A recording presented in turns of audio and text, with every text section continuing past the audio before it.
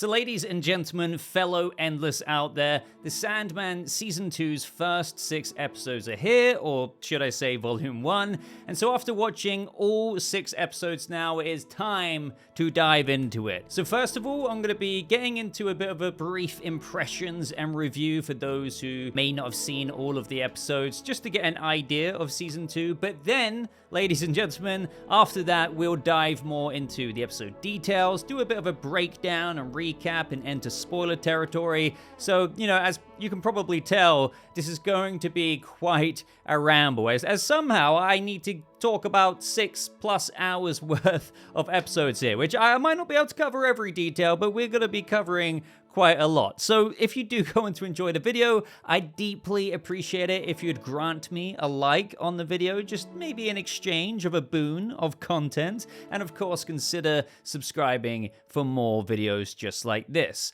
So first of all, just for my impressions and review, because again, I binged all 6 of these episodes in one go. I had the screeners, but I only watched them like a day before the release date, so this is quite last minute. But I do want to say right off the bat that if you're a fan of Season 1, then I'd be very hard-pressed to believe that you wouldn't enjoy Season 2's first 6 episodes. Season 2, to me, just brings as much, if not packs even more of a punch with the characters we're introduced to, the fantastic set pieces, and brought-to-life comic book visuals that lots of people enjoyed in Season 1, but my god, Season 2 goes even further. The new stories that come into play, such as the Song of Orpheus, or Dream returning back to hell to once again see Lucifer Morningstar, even though he goes there for another reason, among many others, which are really, really faithfully adapted from the source material. To then, of course, the incredible performances, with, of course, Tom Sturridge once again owning his role as Dream in this season,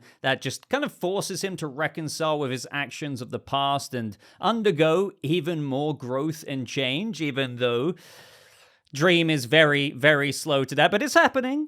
Slowly but surely. Now, obviously, it's important to realize that the Sandman series itself is wrapping up this season. And I feel like because the showrunners are tasked with creating this very direct through line to Dream's final destination from the comics, I will say that each episode, at least to me, as someone fairly familiar with the source material, it was very engaging, reminding me of the first half of Season 1. Now, I mentioned that right off the bat because I would say, from what I observed, a lot of viewers in Season 1 enjoyed the first half more than the latter episodes. And even though they still may have enjoyed the second half, the majority of responses was that the back half took a bit of a lull with the pacing of how things played out towards the Season 1 finale. Now, David Goyer explains that one of the concerns going into Season 2 about, just some of the story arcs from the Sandman comics is that Dream may not really be in them very much, and so they wanted to avoid deviating away of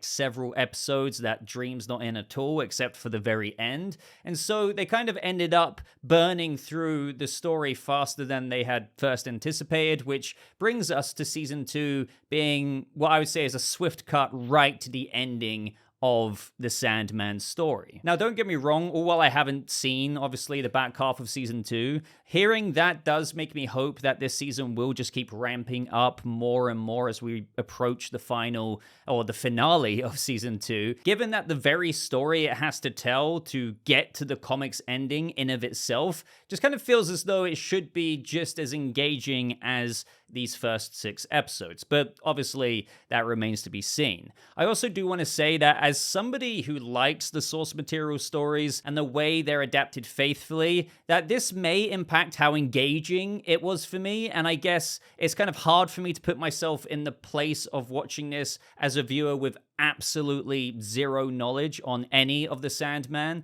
And if I were to imagine watching Season 2 that way, would I have found it less engaging? I think my answer would lie on the basis that, again, if you enjoyed Season 1 and you were intrigued by Dream and his journey in the Endless family and the overall magical and mythical world of the Sandman, then I do think that the chain of events that are set in motion in Episode 1's family meeting will be enough to capture your interest to see how things progress for Dream in Season 2. So I don't think I really need to say a bunch more that, again, as a fan of Season 1, you should like what you see in season 2, if not more so, because it just feels even more main plot driven, even though, this is the Sandman. It's still going to get into other kind of things that Dream has embarked on in the past and whatnot, but there is a very clear through line into the end goal that they're getting to. So I am fairly confident in saying that if you like these first 6 episodes or the first couple of episodes, that you will kind of carry on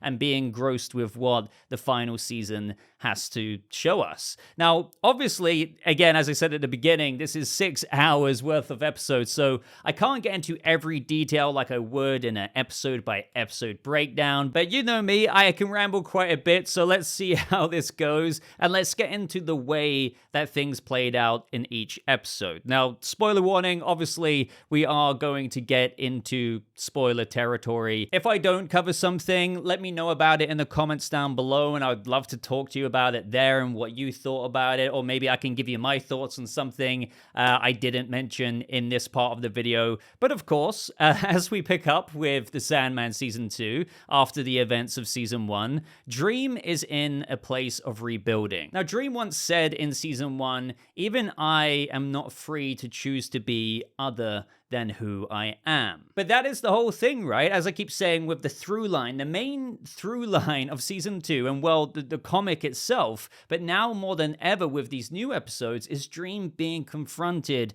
with the consequences of his past actions. And in this season, Dream is determined to account for that behavior, even if it kind of does need to be pointed out to him more than once. So this takes me to Destiny of the Endless summoning his fellow siblings for that family meeting. One that fans have been anticipating, and to say it again, I feel like all of this was adapted very faithfully from the source material, like even down to the dialogue line for line at times, which is just awesome to see. Now, this time round, we obviously get to see Destiny. He's a new face to the Endless family, as well as Delerium, who I have to say was one of the highlights of my watching experience this season, as she gets more involved as the episodes continue, of course. However, their sibling destruction is still absent after leaving the family a long time ago, which is another very important part to this season's story. So after a visit from the Fates, who are as ambiguous as ever, they delivered Destiny an oracular message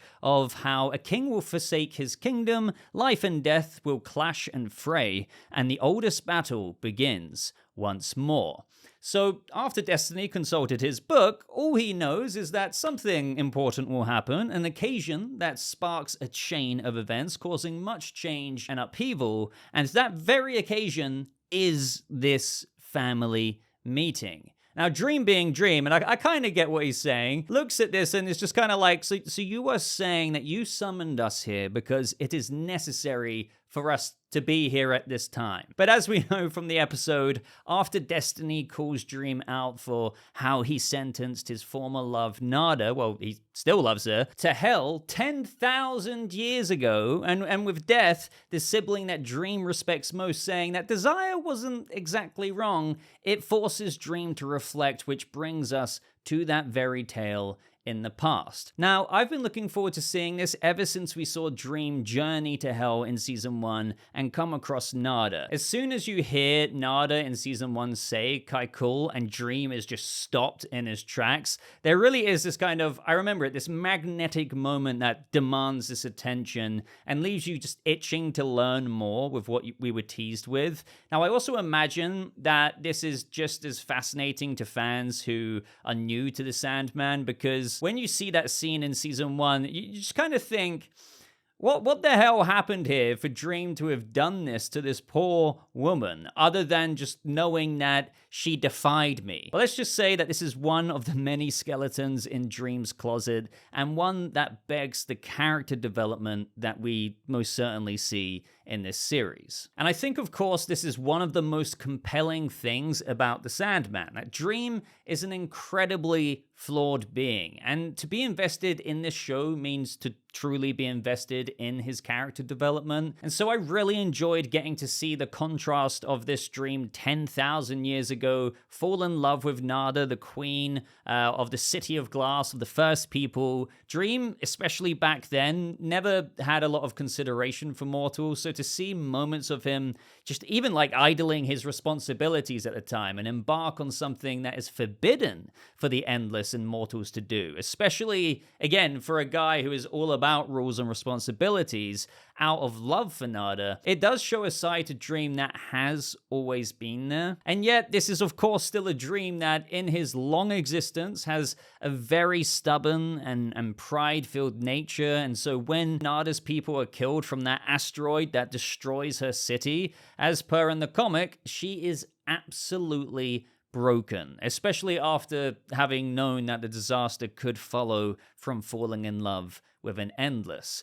The difference here, though, is that in the comic, after seeing what her relationship with Dream had caused, Nada actually ended her own life. Now, as I always say here, adaptations don't copy and paste, and the show can't bring every single panel to life. Plus, sometimes they change things up for one reason or another when just adapting it to live action anyway. But it does make me wonder why they didn't show that. I mean, it's adapted similarly enough, though, through just seeing what had happened and knowing that if she stayed with Dream, far darker things would happen to both of their realms. And so she decides to leave him, even saying that she deserves to pay for what she did, even if it means an eternity of suffering.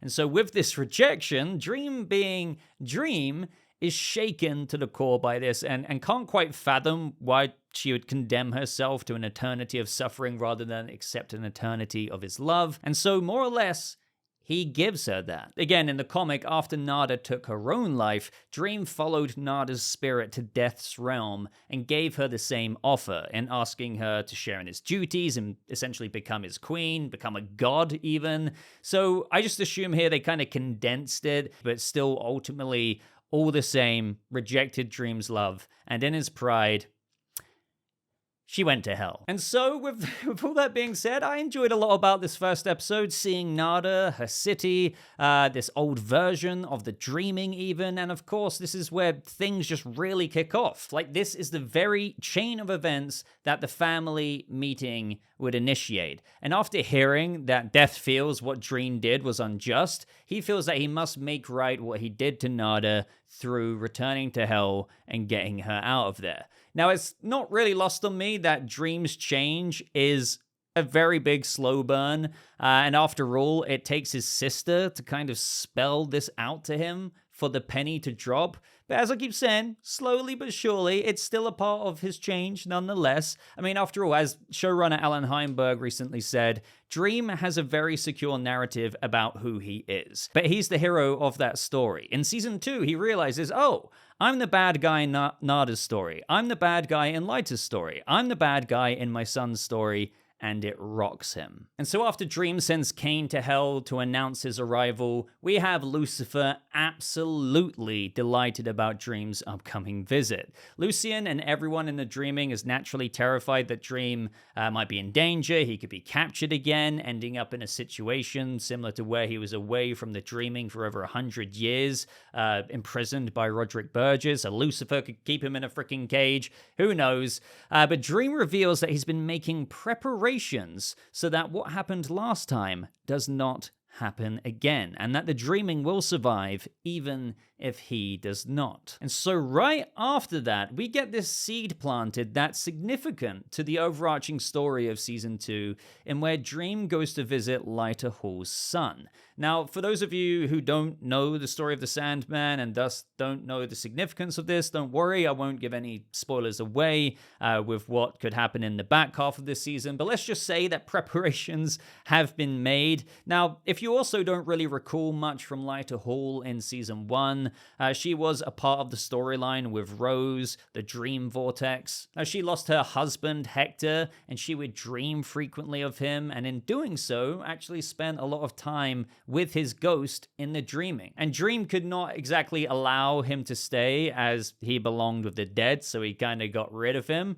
And let's just say, all in all, they conceived a child in her dreams, and it turned out that she was still pregnant when she woke up, and this has to do with her just being in close proximity to Rose and her power as the Dream Vortex. Now, this led to a moment in where Dream, at the end of this episode, reminds Lyta that he was conceived in his realm. He is a part of it, and it is a part of him. Now, if you're kind of wondering why she's so spooked, though, we also absolutely can't forget the line that Dream said in season 1, that because the child was conceived in the dreaming, she can have the baby for now, but it is his, and one day he will come for it. So, you can kind of understand that Lyta might not be a huge fan of Dream. I also loved how, before Dream's journey into hell, Morpheus visited Hobgadling in a dream just in case anything was to happen to him. That's another thing straight out of the comic. Their moment or their episode in season 1, after all, is just one of my favorite moments in the show.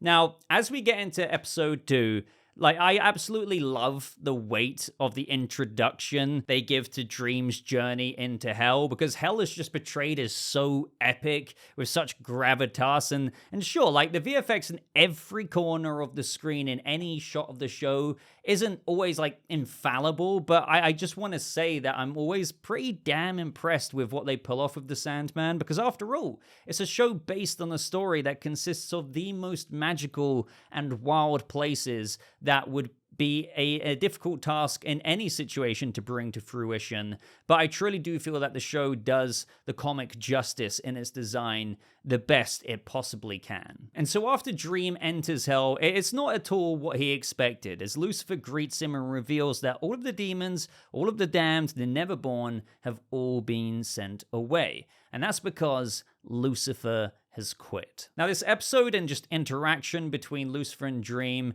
has also been another one of my most anticipated moments of season 2, for a variety of reasons. I think Gwendoline Christie is a fantastic Lucifer Morningstar. And yes, I love Tom Ellis, but these shows are completely tonally different, if you will. So with the Sandman's Lucifer, seriously, love Gwendoline Christie. I think it's a great casting. And honestly, for me, any moment that takes us back to hell and this character's presence is always a treat, because, I enjoy any exchanges when it comes to the major characters like this, to the dialogue of them discussing what they were like 10 billion years ago, to Lucifer discussing God, or how mortals all blame Lucifer for their failings. The devil made me do it, but Lucifer professes that I have never made one of them do anything, never. It's just also interesting to me when it comes to the divine stuff like that.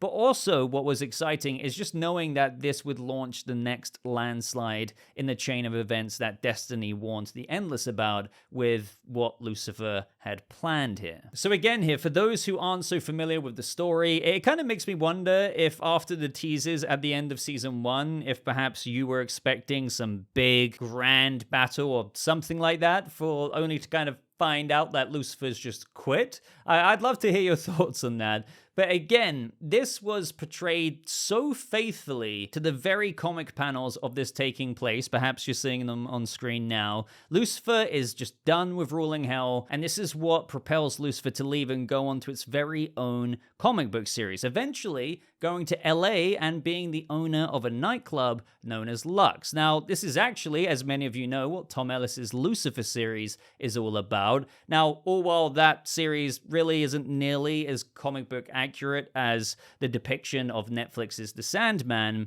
if you've seen that series, that's more or less what Lucifer goes on to do after Dream helps cut off Lucifer's wings. But the big surprise for Dream here, and Lucifer's revenge on being embarrassed by Dream last season, reminding him that there was an oath made that Lucifer swore to destroy him, Dream is presented with the key to hell. Now, this may not seem like a big deal when you first see this, but it's actually a huge threat, because as Lucifer says, after all, that the ruler of hell wields more power than any entity in any other realm, with perhaps one exception up there. And so before, with no one really daring to challenge Lucifer for dominion of hell, that could change with Dream, which leads us to Dream returning to his realm and every deity and demiurge knocking on his door, ready to fight and kill for that opportunity to rule. Now with this episode, again, I don't want to sound like I'm glazing it, and maybe it's just really up my street because of the world of the Sandman encompassing so much different lore and whatnot, but I really enjoyed seeing the Banquet from Cain and Abel's show with Cody's assistance, and how this allows us to see, even if briefly, other powerful beings and gods such as Thor, Odin, Loki, various demons, including the return of Azazel, who's had quite the CGI upgrade, Lord Kildakin, Susano, Chaos, and plenty more. And speaking of how I enjoy the, more higher order of things and the divine stakes of all of this, it was really, really cool seeing the angels, Remiel and Duma, arrive with the creator, God himself, having a keen interest on what Dream's decision will be with who he decides should get the key to hell. Then, of course, we have the introduction of Lady Nuala and her brother Cluracan, I believe. I'm probably going to butcher some pronunciation here. Another thing I've just failed to mention so far is that I really like all the casting that we have this season, especially Anne Skelly's Nuala, who, let's just say, is quite taken by Dream and has a fairly important role to play in the back half of the season. But after all, we can't forget why Dream went to hell, and that is to get Nada, and this is where Azazel's desire to rule hell comes into play, as after all, he feels pretty entitled as a prince to hell, housing pretty much a whole universe within himself of demons and damned, and one of those including Nada, which is when he tries to strong-arm Dream into making a decision. Now, as we get into episode 3, this story continues, but alongside another from the comics, since when Dream has a conversation with Nuala in the middle of the night, she brings up that he used to be a frequent visitor to the Faerie, but his friendship with Queen Titania changed, which brings us to the story of how Dream managed to heal the rift between their worlds, which brings us to the adaptation of A Midsummer Night's Dream. Here we get to see Dream get William Shakespeare to put on a play for King Oberon and Queen Titania, in where they watch the play that was written about them.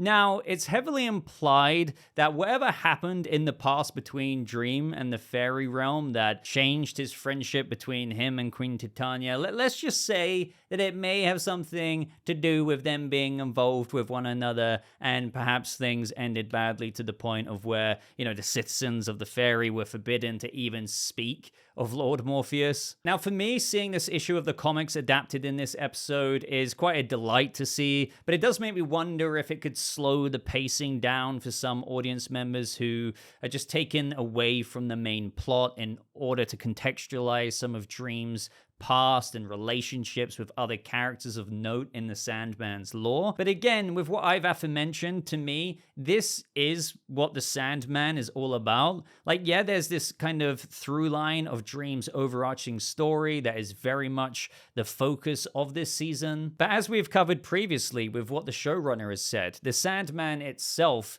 is a comic book that is sort of an anthology that has a core narrative at its center. Now, even though season 2, as also mentioned, isn't necessarily going to go off and do this all the time and adapt every kind of issue that the Sandman has with the more self-contained stories, I do feel like it is important to keep stuff like this in the show's DNA, and I do think that they weaved it in quite naturally to the episode at hand, with Nuala being at the Banquet and that allowing an entry point into this tale of the past. I also thought that Jack Gleeson was brilliant as Puck, who you may remember played Joffrey in Game of Thrones, and I'm sure we will be seeing him again later this season. The quote of what Dream said, and how tales and dreams are the shadow truths that will endure when mere facts are dust and ashes and forgot, is not only foundational for Dream's repayment to the Faerie and the rekindling of his friendship between King Oberon and Queen Titania through having their story last the ages to come,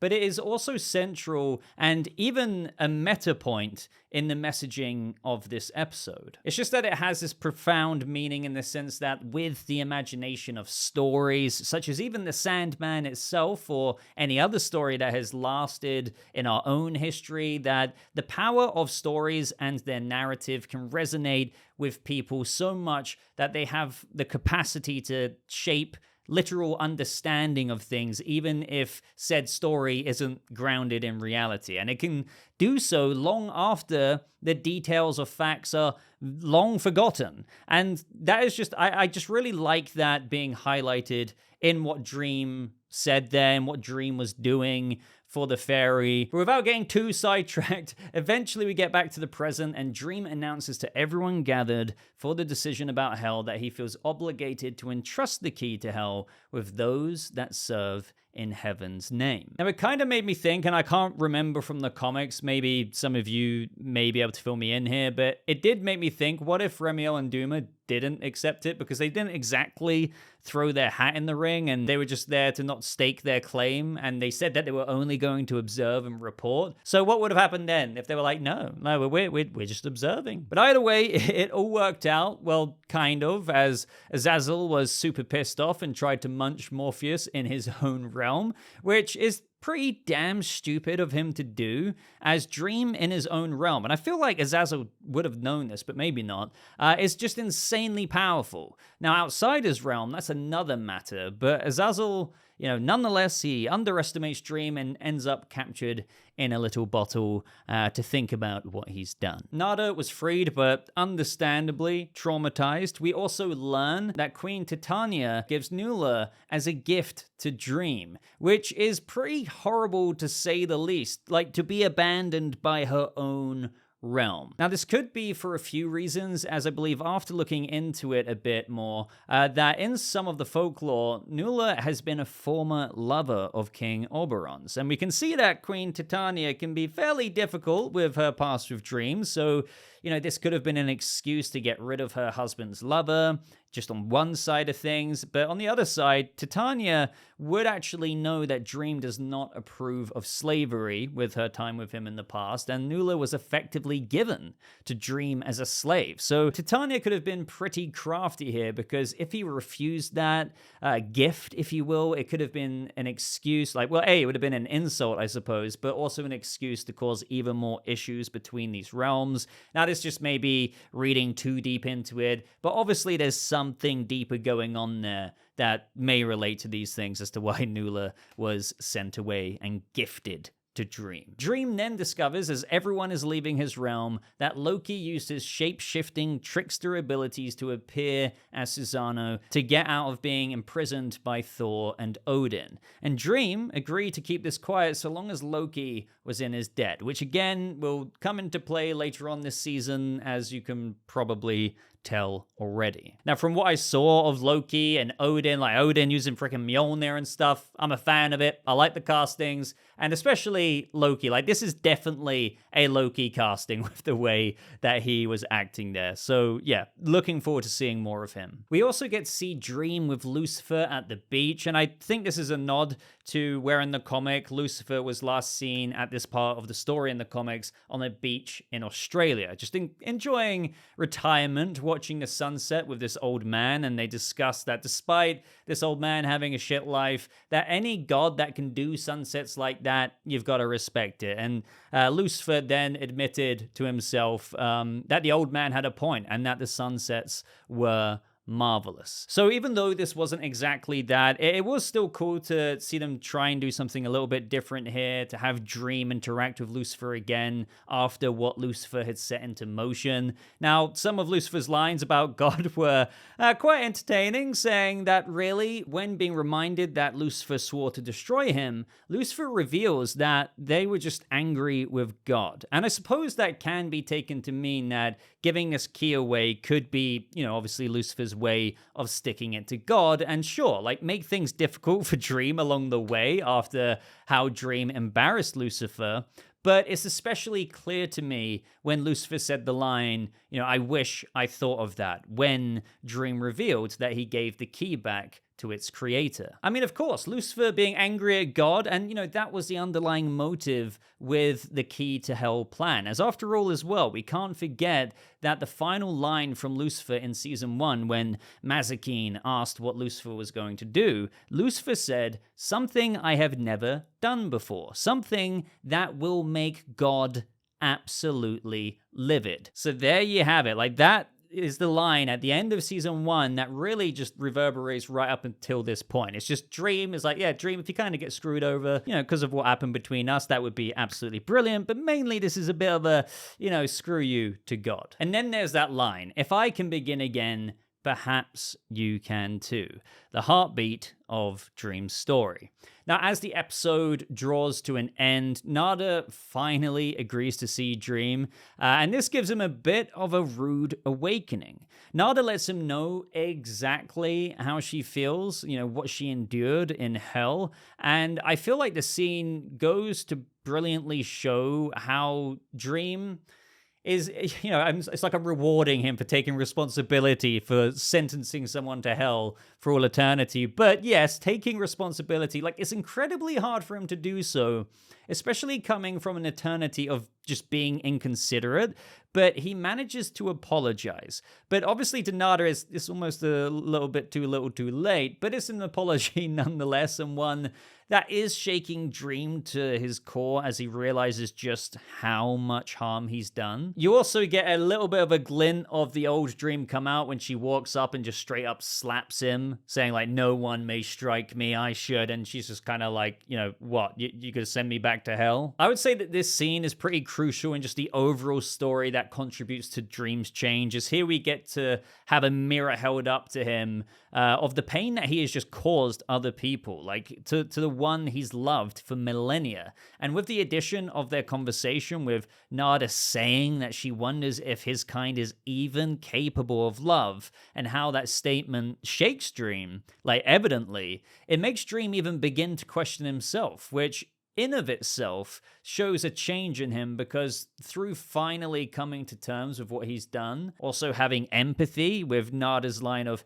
"How could anyone who truly loved me do what you've done to me?" I think the existential moment there for him is that he begins to ask himself the same question. Now, as usual here, a lot of this is ripped right from the pages of the comic, although they play things out a little bit differently here as Nada returns to the waking world, whereas in the comic, she kind of does the same thing, but she returns as a baby, as a literal newborn child, and Dream, holds her and wishes her a good life, and even says that she'll always have a place in the dreaming whatsoever body she wears. But as we know in this iteration, at least from what we can gather so far, but I doubt they're going to change it, maybe they'll pop up something in a later episode, but she's out there as herself, because after all, Dream is even interested in looking for her after this, which brings us to episode 4, where we pick up with a very sad Dream, and you're kind of just left wondering, did Dream really think that maybe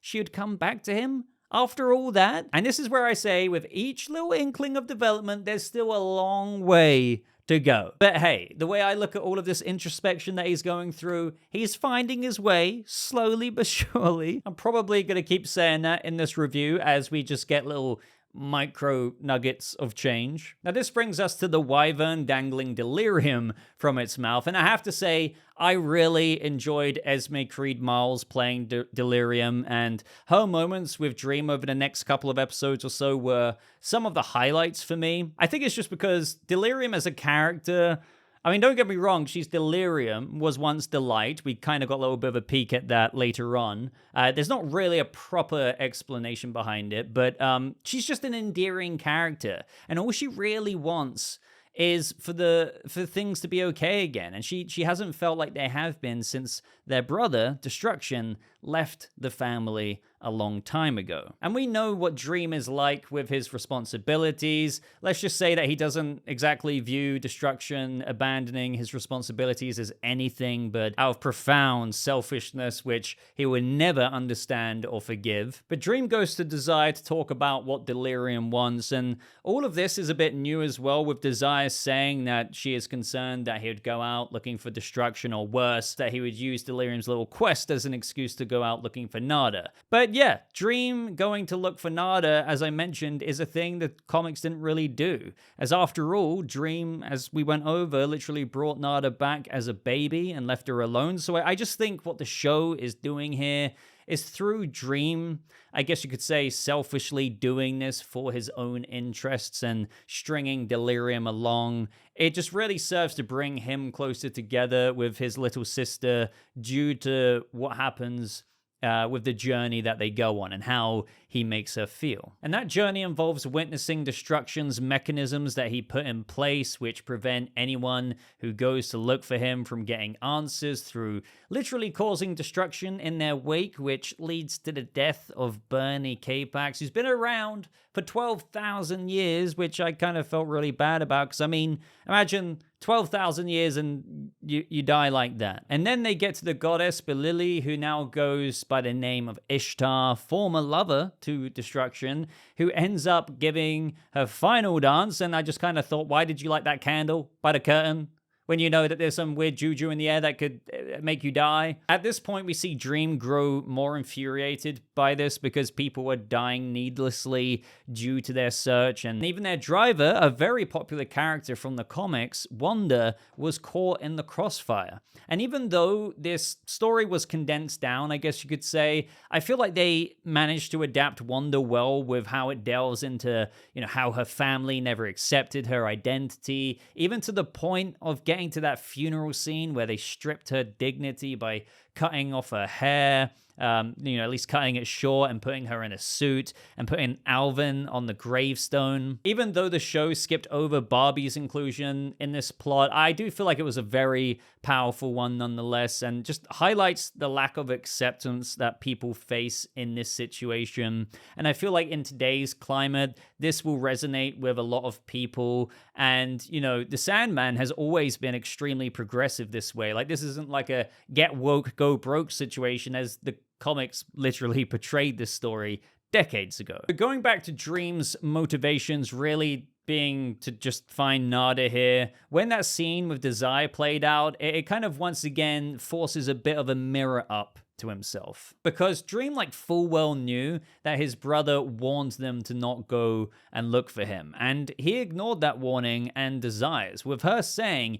"Make no mistake, Dream, you did this." Even though he had his reservations along the way after the deaths started happening, he was still wanting to go ahead and risk that. Desire can be messy, but here when she says, "The way you would have lectured me if I murdered all of these people. We do not manipulate them, Desire. If anything, they manipulate us." Well, tell that to Bernie Capax and Ishtar and Wanda. And so after that, it's kind of like a big oof moment. So with all of this being revealed, Delirium gets very upset and goes back to her realm, and this brings us into episode 5. Again, I do apologize if I'm skimming over some stuff, because it's crazy looking at the recording time. I've been recording for a long time, but I'm just like, this video is going to go on forever if I don't get to episode 6. And I hate that I'm skimming through stuff when it comes to episode 5, because I know I've been saying this quite a bit, but the Song of Orpheus has been a story that I have been anticipating this whole time as well, especially after the bonus episode of season 1 where we got to see Calliope, and that was really feelsy. So initially in this episode, Dream wants to look into what the interfering forces are that's countering their search for their brother. And, Lucian thinks that it would be good for Dream to speak to Destruction about just why he left. Now, this sends us into a flashback to 1675, where we really begin to understand how much Destruction is struggling with fulfilling his function, if you will. So humanity is advancing, and he can see that certain ideas they'll have will become inevitable. And he speaks of the atom and how it would lead to a path in where humanity will basically destroy each other and themselves. And he just didn't want to be responsible for that. And I like how Dream admits in this moment that he thinks Destruction tried to tell him why he left, but he didn't listen nor hear, like acknowledging that he's now thinking, I could have heard what he had to say about it, but I was just like oblivious to it because of the way he used to think about things back then. Because especially back then, again, Dream couldn't really fathom why you wouldn't fulfill your responsibilities. Now that still is a bit present with present Dream, but back then he didn't really understand why this would bother Destruction, even saying to his brother that he's been here before, many times in many worlds. And he can't quite comprehend why humanity ending because of nukes would be a big deal. Dream was kind of like, mate, it's just the way of things. Things will start again.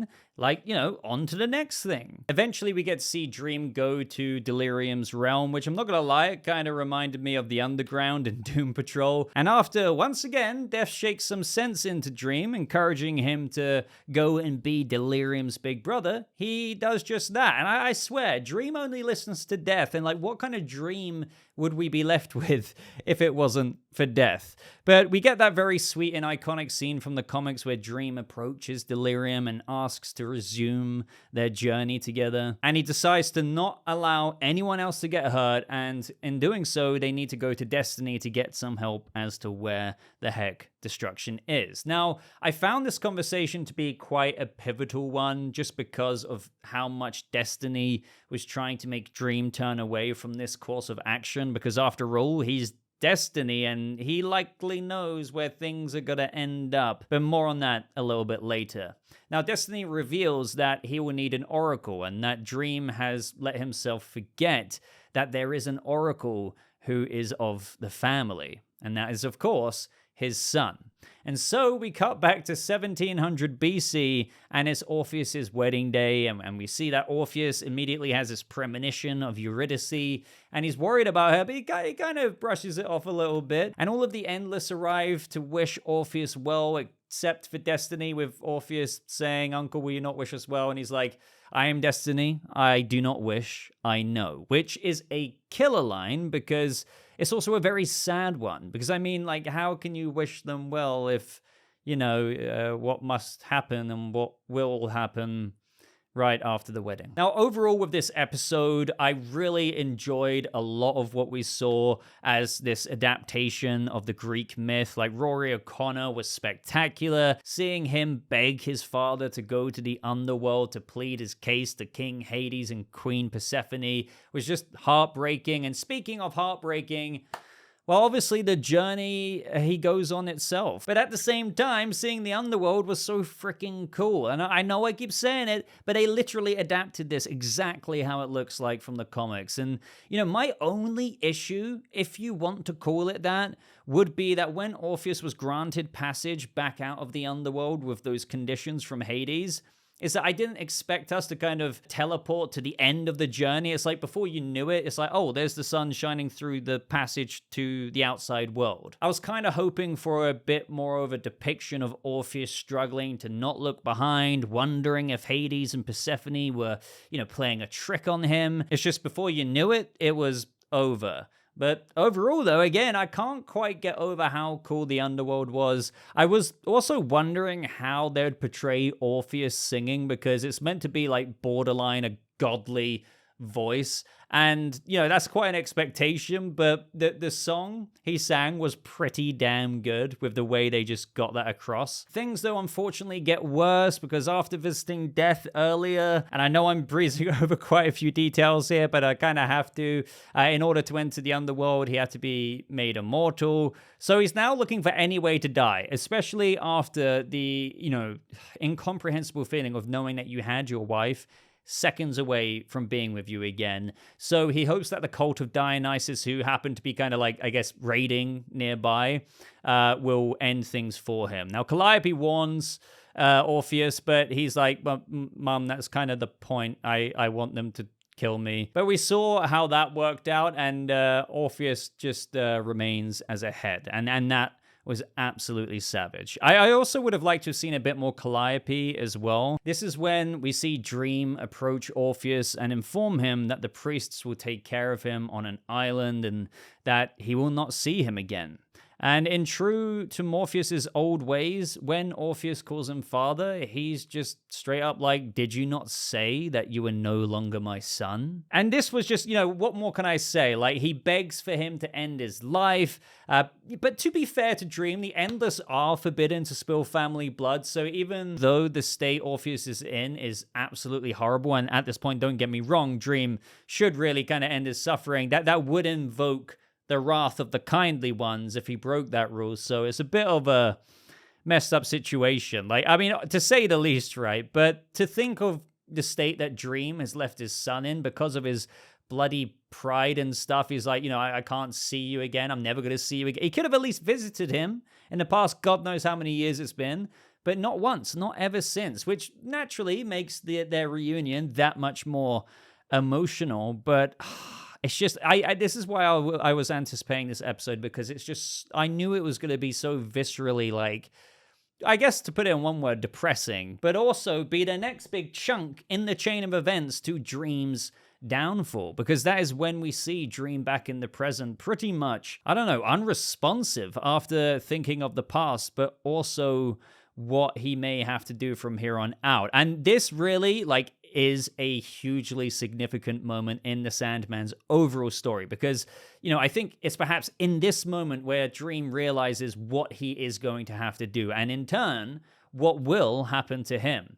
And I feel like that look of recognition, after this, from Destiny, to hearing Dream say, "Farewell, my brother," was him recognizing that it might not be a normal farewell. And to bring it up again, after all, he is Destiny, so maybe, at this point, he likely knows the path that lays ahead of Dream, and he knows what he is going to go on to do. Delerium then asks where they're going now, and Dream reveals to an oracle that will tell them where their brother is in exchange for a boon. The boon being to end Orpheus's life, which brings us to the final episode, and instantly revisiting Lady Johanna Constantine, or Constantine, but whenever I say Constantine, people like it's Constantine, and it's great seeing Jenna Coleman return to the character. Now, we are 5 years later after their previous meeting, and Dream gives Lady Johanna a very important task, as it turns out that Orpheus's head was stolen, and